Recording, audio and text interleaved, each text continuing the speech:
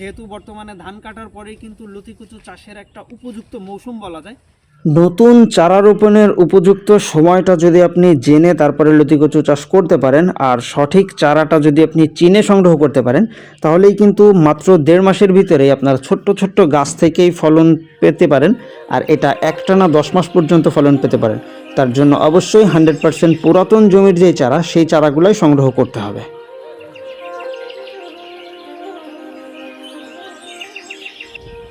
দেশ ও দেশের বাইরে থেকে যে বা যারা আমাদের আজকের ভিডিওটি দেখছেন সকলকে জানাই আন্তরিক শুভেচ্ছা ও অভিনন্দন। দর্শক দেখতে পাচ্ছেন এই প্রখর রোদ্দুরের ভিতরে আমরা টোটাল একটা পুরাতন জমি থেকে বেশ কিছু চারা ডেলিভারি করতেছি।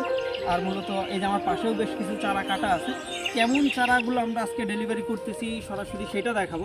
আবার দ্বিতীয়ত, যেহেতু বর্তমানে ধান কাটার পরে কিন্তু লতিকুচু চাষের একটা উপযুক্ত মৌসুম বলা যায়, এমন মৌসুমে আপনি চারার কোন কোন বৈশিষ্ট্যগুলো দেখে চারাগুলো সংগ্রহ করবেন, যাবতীয় সকল কিছু আজকে ভিডিওর মাধ্যমে তুলে ধরার জন্য চেষ্টা করব।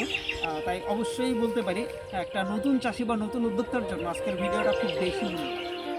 প্রিয় দর্শক, এই যে দেখতে পাচ্ছেন আমাদের আজকের যে চারাগুলো আমরা কাটতেছি সেটা সরাসরি যদি আপনাদেরকে একটু কাছ থেকেই দেখাই, যেহেতু আমি প্রতিনিয়ত চেষ্টা করি আমার প্রত্যেকটা কাস্টমার বা প্রত্যেকটা যে নতুন উদ্যোক্তা আছে সরাসরি চাষ সংক্রান্ত সকল বিষয়গুলা একেবারেই কাছ থেকে দেখার যেন একটা অভিজ্ঞতা পায় আমার ভিডিওর মাধ্যমে।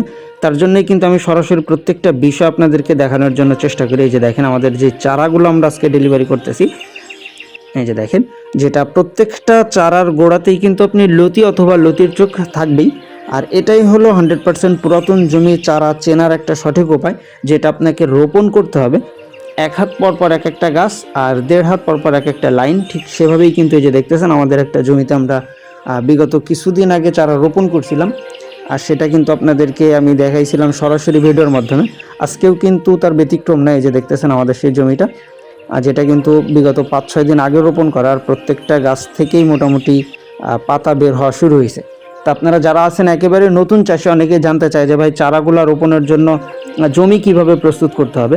তা সাধারণত দোআঁশ মাটিতে লতিকচুর ফলনটা ভালো হয়, আর যত নরম রাখতে পারবেন আপনার জমিটা ঠিক ততটাই ভালো পরিমাণে আপনি ফলন এখান থেকে পেতে পারেন, বা আপনার ফলনটা সেরকম বাড়বে আর লতিগুলা মোটা হবে। এই যে দেখতেছেন। আর চারা রোপণের পরে চেষ্টা করতে হবে 1/2 ইঞ্চি বা 1 ইঞ্চি পানির জমাট বাঁধাতে হবে। আর 10-12 দিন পর পর ওইটা শুকনো হয়ে যাবে, পরবর্তীতে আবার পানি দিতে হবে। এরকম 3টা সার্কেল করার চেষ্টা করবেন। এই যে দেখতেছেন আমাদের কিন্তু প্রত্যেকটা গাছই মোটামুটি একেবারে সোজা করে রোপণ করা। আর এগুলা থেকে ইনশাল্লাহ পরবর্তীতে মাত্র 45 দিনের ভিতরেই এই যে গাছের সাইজটা এরকমই আসবে। আর এরকম প্রত্যেকটা গাছের গোড়া থেকে 2-1টা করে লতি আপনি পেতে পারেন। তার জন্য অবশ্যই 100% পুরাতন জমির চারা দেখে সংগ্রহ করতে হবে, তাহলেই কিন্তু এই ফলনটা চলে আসা সম্ভব।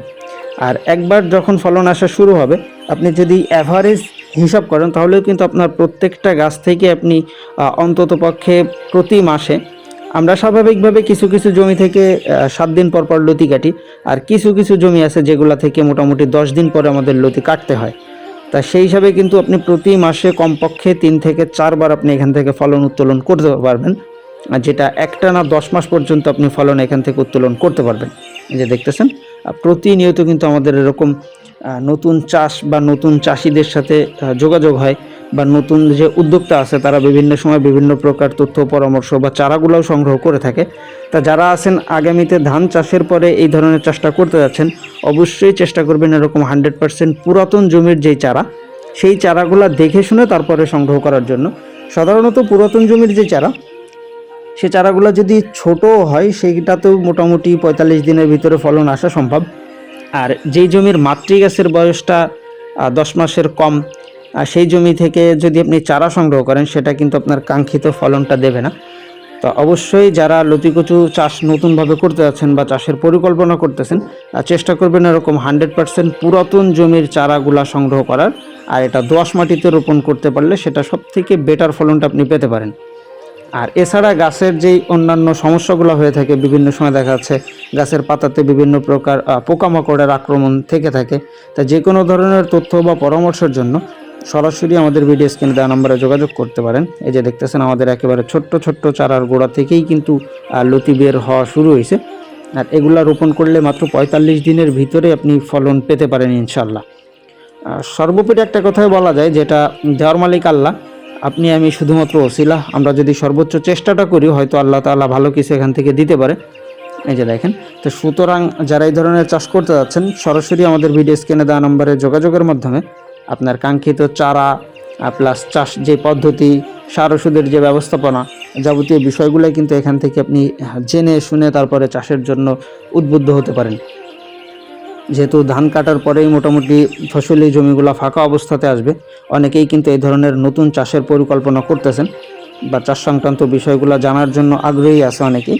তো আপনারা অবশ্যই প্রত্যেকটা বিষয়গুলো জেনে, বিশেষ করে পুরাতন জমির চারাগুলা দেখে বোঝার একটা বৈশিষ্ট্য বা বোঝার কৌশলগুলা আপনি কিভাবে চিনতে পারবেন, কিভাবে সংগ্রহ করতে পারবেন, যাবতীয় বিষয়গুলো জেনে শুনে তারপরে যদি সরাসরি এই চাষে আসেন অবশ্যই ইনশাল্লাহ আশা করা যায় এখান থেকে ভালো কিছু করতে পারবেন বা ভালো কিছু করা সম্ভব।